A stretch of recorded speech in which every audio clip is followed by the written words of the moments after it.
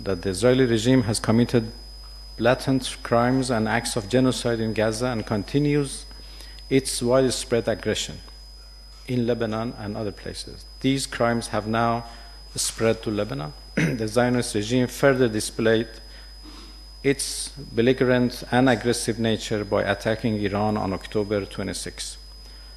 Unlike the Israeli regime, the Islamic Republic of Iran does not seek escalation.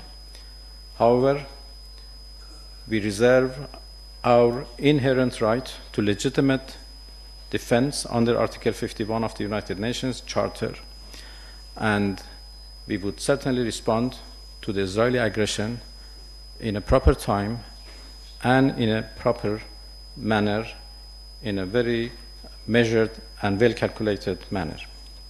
We deeply appreciate the strong and commendable stance of the government and people of Pakistan in condemning the Zionist regime's aggression against Iran.